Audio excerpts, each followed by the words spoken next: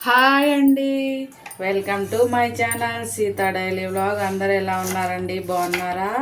మీ అందరూ బాగుండాలని మనస్ఫూర్తిగా కోరుకుంటున్నాను. గుమ్మడికాయ కూర చేస్తున్నా అండి. ఒకటేమో మీడియం సైజు ఉల్లిపాయ తీసుకున్నాను అనమాట. దీన్ని సన్నగా కట్ చేసుకోవాలి.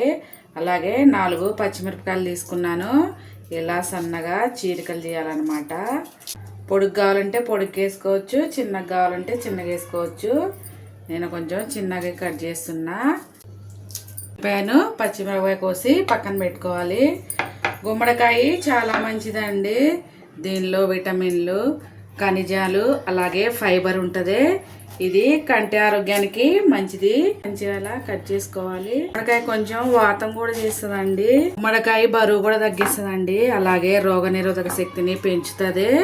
గుండె ఆరోగ్యాన్ని మంచిగా చేస్తుంది అన్నమాట. చూసారా ఎంత బాగుందో భలేగా. నేను ఒక ముక్క చేస్తున్నా అండి. ఒక ముక్క అక్కడ పెడుతున్నా పక్కన. వేసుకున్నాక గుమ్మడికాయని సరే మధ్యలో ఇది ఉన్నదే తీసేసుకోవాలి. ఇత్తులు దీన్ని పక్కన పెట్టుకొని మీకు ఎంత సైజు కావాలో అంత సైజు ముక్కలు కోసుకోండి. నేనేమో ఇంత సైజు కోస్తున్నా అండి. మరీ లావు కోసుకోకండి, ఏగేలకే టైం పడుతుంది కదా. ఇలాగా ముక్కలు కోసుకోవాలి. ఇలా కోసాను నేను. మీకు ఎలా కావాలో అలా కోసుకోండి. అన్నీ ఇలా ముక్కలు కోసుకుందాం. కడిగేసానండి ముందే గుమ్మడికాయ. అన్నీ ఇలా కోసుకుందాం. సరే ఇలా ముక్కలు కోసుకొని పక్కన పెట్టి స్టవ్ వెలిగించి ఒక కంచుడు పెట్టానండి కూర వేయడానికి. దీనిలో ఒక 2 స్పూన్ల నూనె వేస్తున్నా. వేడవ్వాలి. వేడయ్యాక పోపు దినుసులు, ఆవాలు, జీలకర్ర, ఇంకా 2 ఎండుమిరపకాయలు, కొంచెం పప్పులు, టమాటా గింజలు వేసాను అనమాట. కొంచెం వేగాక మనం కట్ చేసి పెట్టుకున్న ఉల్లిపాయను, పచ్చిమిరపకాయలు కొంచెం మంచిగా ఫ్రై అవ్వాలి. ఇప్పుడు 2 రెమ్మల కరివేపాకు మంచిగా ఫ్రై చేసుకోవాలి. ఉల్లిపాయలు కొంచెం వేగాక ఒక 1/2 స్పూన్ ఏమో పసుపు, అలాగే ఒక 1/2 స్పూను అల్లం వెల్లుల్లి పేస్టు పచ్చి వాసన పోవాలి. మీకు టిప్ చెప్తానండి. అందరూ దోశ పిండి, ఇడ్లీ పిండి 4 రోజులకి 1 వీక్కి అలా రుబ్బి ఫ్రిడ్జ్లో పెట్టుకుంటారు కదా. అది అలాగే ఫ్రెష్గా ఉండాలంటే తమలపాకు ఉంటుంది కదా, తమలపాకు ఆ పిండి మీద పైన పెట్టుకుంటే అప్పుడు రుబ్బినట్టే ఉంటుందండి. మంచిగా ఫ్రెష్గా ఉంటుంది అన్నమాట, వాసన రాదు. ఈసారి మీరు పిండి రుబ్బుకున్నప్పుడు ఇలా ట్రై చేయండి. ఒక తమలపాకు పిండి మీద పెట్టుకొని ఫ్రిడ్జ్లో పెట్టుకుంటే ఫ్రెష్గా ఉంటుంది అన్నమాట. అల్లం వెల్లుల్లి పేస్ట్ వేగిపోయింది కదా. ఇప్పుడు మన గుమ్మడికాయ ముక్కలు వేసుకుందామే. మంచిగా మీడియం ఫ్లేమ్ మీద మగ్గించుకోవాలి. కొంచెం మగ్గాక వేసుకుందామండి. ఒక 1/2 స్పూను ఉప్పు మీ టేస్ట్ తగ్గట్టు వేసుకోండి. కొంచెం తక్కువే వేసుకోండి, కావాలంటే మళ్ళీ తర్వాత వేసుకోవచ్చు అనమాట. ఉప్పు అంతా కలిపేసి మీడియం ఫ్లేమ్ మీద ఒక 2-3 నిమిషాలు మగ్గించుకోవాలి. మూత పెట్టి మూత తీసి చూద్దాం. మధ్యలో కలుపుకుంటూ ఉండాలండి, అప్పుడు మంచిగా మగ్గుతుంది అనమాట.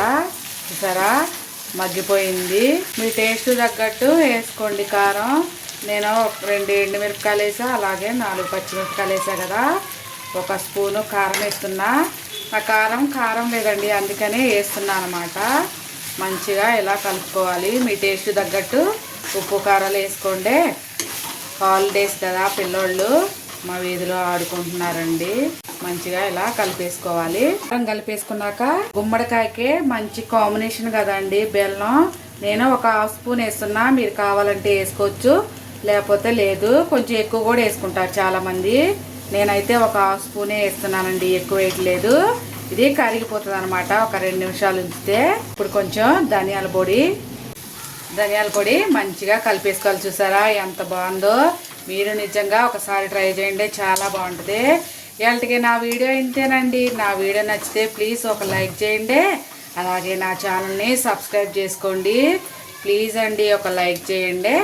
అయిపోయింది. ముక్కోడి కిందలో చూపిస్తా అన్నంలో వేసుకొని. చూసారా సూపర్ ఉంటుంది అనమాట. మీకు కావాలంటే పైన పొట్టు కూడా తీసుకొని చేసుకోవచ్చు. నేనైతే ఇలాగే చేశాను. తొందరగానే ఉడుకుతుందండి గుమ్మడికాయ. అయిపోయింది. స్టవ్ ఆపేస్తున్నా. ఉడికిపోయిందండి ముక్క కూడా మంచిగా. ఇలా అంటే ఉడికిపోతుంది. చూడండి వచ్చేసింది. అన్నంలో వేసుకొని చూపిస్తానే. మంచిగా ఉంది, కలర్ఫుల్గా భలేగా ఉందండి. ఇవాళ నేను పప్పుచారు చేశానండి. పప్పుచారు ఇంకా గుమ్మడికాయ కర్రీ చూసారా ఎంత బాగుందో అండి. భలేగా మంచి వాసన వస్తుంది. మీరు ఒకసారి ట్రై చేయండి. చేస్తున్నా, మీరు కూడా తినండి ఫ్రెండ్స్. సరే, పప్పుచారు ఇంకా గుమ్మడికాయ ముక్క ఎలా ఉడికిందో చూపిస్తానే. కాలుతుంది, కొంచెం ఆగాలండి. మస్తు కాలుతుంది అనమాట. ఇప్పుడే తింపా కదా. సరే, ఇలా అన్నాలకే ఇరిగిపోయింది చూడండి.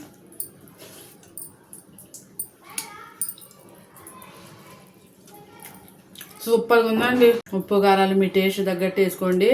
ఇది కూడా అన్నంలో కలుస్తుంది చూసారా. మంచిగా ఇలా కలుపుకొని రెండు పెట్టుకొని చాలా బాగుంది. ఉంటా ఫ్రెండ్స్, బాయ్.